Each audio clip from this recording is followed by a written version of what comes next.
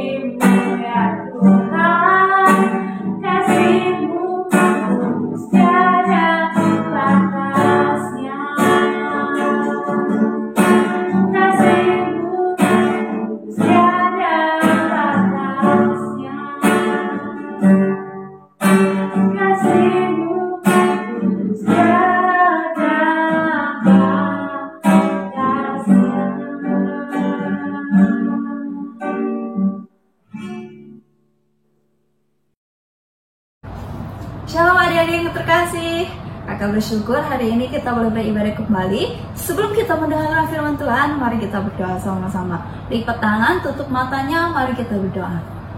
Tuhan Yesus, terima kasih buat kasih setia dan penyertaan Tuhan. Kami bersyukur hari ini kami sudah memuji muliakan nama Tuhan. Dan saat ini Bapak, kami mau siapkan hati kami mendengarkan firman Tuhan. Berbicara Tuhan, sebab kami siap mendengarkan firman Tuhan. Berikan kami hikmat-Mu supaya kami bisa mengerti firman yang disampaikan oleh guru sekolah minggu kami, dan ajak kami duduk tertib mendengarkan firman-Mu. Terpujilah Engkau Bapa, di dalam nama Tuhan Yesus kami berdoa dan mengucap syukur. Haleluya, amin. Shalom adik-adik semuanya. Kakak percaya semua yang di rumah bersuka cita dalam keadaan yang sehat. Kita mau sama-sama siapkan hati kita mendengarkan firman Tuhan. Pasang telinganya dan hatinya untuk menerima firman Tuhan. Nah adik-adik, hari ini kakak menyampaikan satu cerita firman Tuhan di dalam perjanjian baru. Yang punya Alkitabnya boleh sama-sama buka di dalam Matius pasal yang ke-18 ayat 21 sampai yang ke-35. Sekali lagi, yang punya Alkitab yang sudah bisa baca, boleh buka Alkitabnya di dalam Matius pasal ke-18 ayat 21 sampai yang ke-35. Nah, judul perikop pada firman Tuhan pagi hari ini adalah perumpamaan tentang pengampunan. Mari kita baca ayat yang 21-22 terlebih dahulu ya. Kemudian datanglah Petrus dan berkata kepada Yesus, Tuhan, sampai berapa kali aku harus mengampuni saudaraku jika ia berbuat dosa terhadap aku? Sampai 7 kali? Yesus berkata berkata kepadanya, "Bukan, aku berkata kepadamu, bukan sampai 7 kali, melainkan sampai 70 kali 7 kali." Nah adik-adik, pada saat itu murid Yesus yang namanya Petrus ini bertanya kepada Yesus, "Tuhan Yesus, sampai berapa kali aku harus mengampuni orang lain? Sampai 7 kali kah?" Tanyanya seperti itu. Nah, maksud pertanyaan Petrus ini adalah apa? Setelah aku mengampuni yang ke-70 kali, ada batasnya. Bahwa aku mengampuni orang lain tuh ada batasnya, nggak bisa seterus-terusnya. Nah, dia kemudian bertanya kepada Tuhan Yesus, apakah sampai 7 kali saja cukup? Nah, kemudian ke-8 kali aku tidak bisa mengampuni orang itu lagi. Aku harus membalas perbuatannya. Nah, kemudian apa yang dikatakan Tuhan Yesus kepada Petrus? Bukan sampai 7 kali, melainkan 70 berapa? Melainkan sampai 70 kali 7 kali. Nah, 70 kali 7 kali. Nah, adik-adik yang pintar matematikanya pasti udah tahu jawabannya berapa kali ya. Nah, kemudian namun yang dimaksud Tuhan itu bukan total jumlah perkalian yang dimaksud Tuhan Yesus, tapi yang dimaksud Tuhan Yesus adalah mengampuni dan mengampuni. Tidak ada batasnya. Dia mau mengajarkan kepada murid-muridnya, mengajarkan kepada kita semua bahwa kita tidak punya batas untuk mengampuni orang lain. Kita harus terus mengampuni. Nah adik-adik, kemudian setelah Tuhan Yesus mengatakan demikian, Tuhan Yesus mengambil satu perumpamaan, satu contoh, satu contoh yang bisa disampaikan kepada muridnya, supaya murid Tuhan Yesus ini mengerti apa yang dikatakan Tuhan Yesus. Kemudian di ayat yang 23 sampai yang seterusnya, mari kita baca bersama-sama. Sebab hak kerajaan surga seumpama seorang raja yang hendak mengadakan perhitungan dengan hamba-hambanya. Setelah ia mulai mengadakan perhitungan itu, dihadapkanlah kepadanya seorang yang berhutang 10.000 talenta. Tetapi karena orang itu tidak mampu melunaskan hutangnya, raja itu memerintahkan supaya ia dijual beserta anak istrinya dan segala miliknya untuk membayar hutangnya. Maka sujudlah hamba itu menyembah dia, katanya, "Sabarlah dahulu, segala hutangku akan kulunaskan." Lalu tergeraklah hati raja itu oleh belas kasihan akan hamba itu, sehingga ia membebaskannya dan menghapuskan hutangnya. Nah adik-adik, perumpamaan itu adalah tentang seorang raja yang sedang menghitung mungkin hutang yang dihutangkan oleh hamba-hambanya ini ya. Kemudian ada seorang hamba mempunyai hutang 10.000 talenta. Nah adik-adik, 10.000 talenta itu bisa digambarkan kira-kira untuk zaman sekarang itu bukan lagi jutaan, bukan lagi miliaran, tapi sudah triliunan. Nah adik-adik, itu dalam jumlah yang sangat besar. Dia sudah punya hutang yang sangat banyak. Nah adik-adik, kemudian raja itu mengatakan apa? Yang pertama kali raja itu mengatakan, karena tidak mampu, ayat 25, tetapi karena orang itu tidak mampu melunaskan hutangnya, raja itu memerintahkan supaya ia dijual beserta anak istrinya dan segala miliknya untuk membayar hutangnya. Nah raja itu meminta jual dia dan segala miliknya, bahkan istrinya sekalian dijual untuk membayar hutangnya. Kemudian hamba itu bersujud minta tolong kepada raja itu, katanya, "Sabarlah dahulu." Mungkin kalau sekarang bilang, "Aduh Tuhan Raja, tolong aku belum punya uang untuk membayar hutang-hutangku, tolong sabar, aku akan pasti akan melunaskan hutangku, tapi beri aku waktu."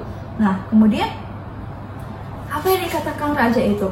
Lalu karena dia memohon kepada raja itu, maka raja itu kasihan melihat hambanya itu. Lalu tergeraklah hati raja itu oleh belas kasihan akan hamba itu, sehingga ia membebaskannya dan menghapus hutangnya. Karena belas kasihannya, dia membebaskan hutang 10.000 talenta itu dan menghapus hutang 10.000 talenta itu dari hamba yang berhutang ini, sehingga hutangnya tidak ada lagi, sudah habis, sudah bebas ya. Karena raja ini mengasihi hambanya ini, dia mau mengampuni, dia mau membebaskan hutangnya. Nah, kemudian apa yang terjadi dengan hamba ini? Di ayat yang selanjutnya kita baca ya. Tetapi ketika hamba itu keluar, ia bertemu dengan seorang hamba lain yang berhutang 100 dinar kepadanya. Ia menangkap dan mencekik kawannya itu, katanya, bayar hutangmu. Maka sujudlah kawannya itu dan memohon kepadanya, sabarlah dahulu, hutangku itu akan kulunaskan. Tetapi ia menolak dan menyerahkan kawannya itu ke dalam penjara sampai dilunaskan hutangnya. Adik-adik, dia baru, nah ketika dia keluar dari situ, dia bertemu lagi dengan temannya. Temannya ini punya hutang berapa? 100 dinar kepadanya. Nah, kira-kira kok 100 dinar berapa? Tadi mungkin udah berapa triliun ya. Nah, 100 dinar ini mungkin bisa digambarkan lebih kecil lagi ya. Mungkin 10 juta ya, adik-adik. Nah, dia hutang sekitar 10 juta. Nah, kepada hamba ini yang tadi sudah dibebaskan hutangnya. Kemudian dia tidak terima. Dia apa? Dia menangkap dan mencekik kawannya, katanya, bayar hutangmu. Maka sujudlah kawannya itu memohon kepadanya, sabar dahulu, sekarang aku belum punya uang, aku pasti akan membayar hutangnya nanti kalau sudah punya uang. Kemudian apa yang dilakukan hamba yang tadi? Tetapi ia menolak dan menyerahkan kawannya itu ke dalam penjara sampai dilunaskan hutangnya. Dia tidak punya belas kasihan kepada kawannya ini, tetapi dia langsung memasukkan temannya ini ke dalam penjara sampai ia melunaskan hutangnya. Nah, adik-adik, tadi hutang siapa lebih besar? Hutangnya sendiri, ada 10.000 talenta, sedangkan temannya itu cuma 100 dinar. Nah, kemudian apa yang terjadi dengan hamba ini? Melihat itu, kawan-kawannya yang lain sangat sedih, lalu menyampaikan segala yang terjadi kepada tuan mereka. Raja itu menyuruh memanggil orang itu dan berkata kepadanya, hai hamba yang jahat, seluruh hutangmu telah kuhapuskan karena engkau memohonkannya kepadaku. Bukankah engkau pun harus mengasihani kawanmu seperti aku telah mengasihani engkau? Maka marahlah tuannya itu dan menyerahkannya kepada algojo sampai ia melunaskan seluruh hutangnya. Maka Bapakku yang di surga akan berbuat demikian juga terhadap kamu apabila kamu masing-masing tidak mengampuni saudaramu dengan segenap hatimu. Nah, adik-adik, setelah dia menyerahkan temannya ini ke dalam penjara, apa yang terjadi? Teman-temannya si hamba ini tahu apa yang terjadi dengan hamba ini dan temannya. Kemudian dia menceritakan kepada tuannya. Kemudian tuannya sangat marah. Aku sudah menghapus hutangnya yang 10.000 talenta. Kenapa dia tidak bisa mengasihani temannya yang cuma hutang 100 dinar kepadanya? Tangkap orang itu dan serahkan kepada orang-orang algojo ini untuk menyiksa hamba itu. Dan apa yang terjadi dengan dia? Di ayat yang ke-34, maka marah tuannya itu dan menyerahkannya kepada algojo sampai ia melunaskan seluruh hutangnya. Akhirnya dia disiksa karena perbuatannya dia. Nah, adik-adik, apa yang diajarkan oleh firman Tuhan pada pagi hari ini? Nah, Tuhan Yesus mau mengajarkan kita untuk mengasihi, untuk mengampuni orang yang bersalah kepada kita. Seperti Tuhan Yesus sudah mengampuni dosa-dosa kita yang banyak. Tuhan Yesus sudah mati di kayu salib untuk menghapus dosa kita semua, mau mengampuni kita, dan kita juga harus mengampuni orang yang bersalah kepada kita. Nah, adik-adik, kakak percaya adik-adik pernah namanya dilukai ya hatinya ya, pasti pernah ya. Ada orang yang melakukan hal yang adik-adik tidak suka kepada adik-adik, namun kita tidak bisa membalas ya, kita tidak boleh membalas. tapi kita harus mengampuni. Tuhan Yesus katakan mengampuni, ada mengampuni dan mengasihi orang-orang yang melakukan hal yang tidak baik kepada kita. Nah, seperti tadi perumpamaan raja kepada hambanya, ketika dia mengampuni begitu banyak hutangnya kepada raja ini, dia menghapuskan, dia membebaskan. Tetapi karena hambanya ini tidak melakukan seperti yang tuan raja ini lakukan, akhirnya dia menerima akibatnya. Akhirnya dia disiksa karena perbuatannya yang tidak benar. Nah, adik-adik, mari kita belajar untuk mengampuni. Ketika Tuhan Yesus mengampuni dosa-dosa kita, kita mau belajar untuk mengampuni dosa-dosa orang lain, mengampuni kesalahan-kesalahan orang lain terhadap kita.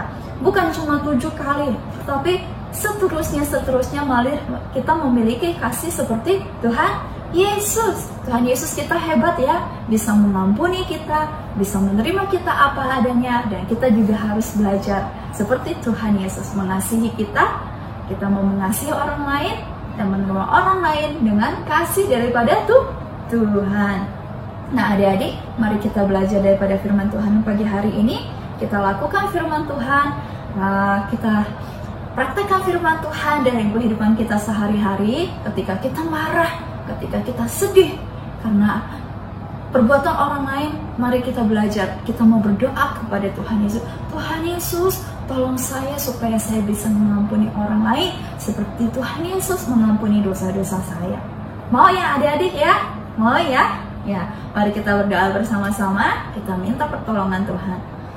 Tuhan Yesus, terima kasih hari ini kami sudah mendengarkan cerita firman Tuhan tentang pengampunan. Bapa yang baik, terima kasih karena Engkau telah mengampuni kami, dan kami juga Engkau tolong Tuhan supaya kami bisa mengampuni orang lain yang bersalah kepada kami, mengasihi orang lain seperti Tuhan mengasihi kami. Dan tanpa pertolongan Tuhan kami tidak mampu. Tuntun kami Bapa dan ajar kami untuk melakukan firman Tuhan. Terpujilah Engkau Bapa, dalam nama Tuhan Yesus kami berdoa dan mengucap syukur. Haleluya, amin. Sampai ketemu lagi adik-adik. Shalom, Tuhan memberkati. Adik-adik, kita sudah mendengarkan cerita firman Tuhan ya untuk hari ini. Adik-adik, lakukan firman Tuhan dalam kehidupan kita setiap hari ya.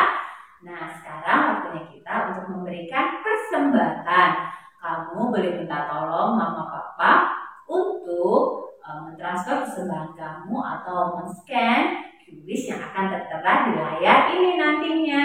Nah, sebelum memberikan persembahan, mari kita berdoa terlebih dahulu. Tuhan Yesus, terima kasih kami sudah mendengar cerita firman Tuhan.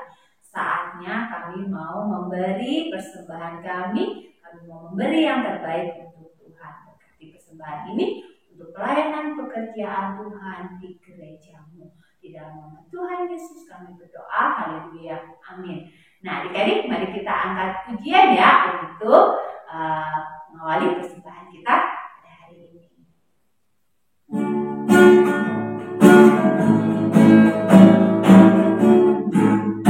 Bersyukur, bila syukur, bersyukur, sesaat atau bersenang, bersyukur.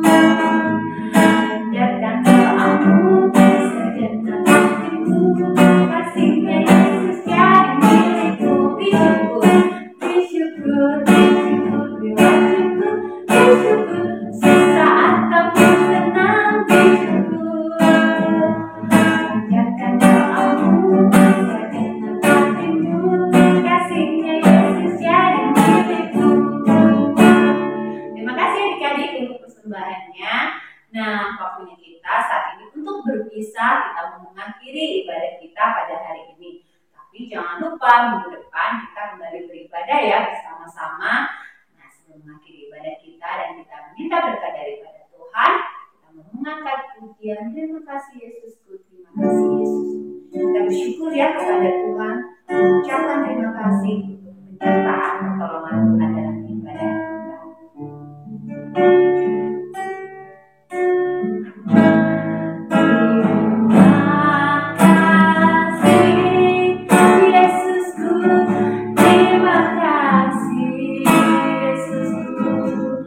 Puji syukur hanya bagi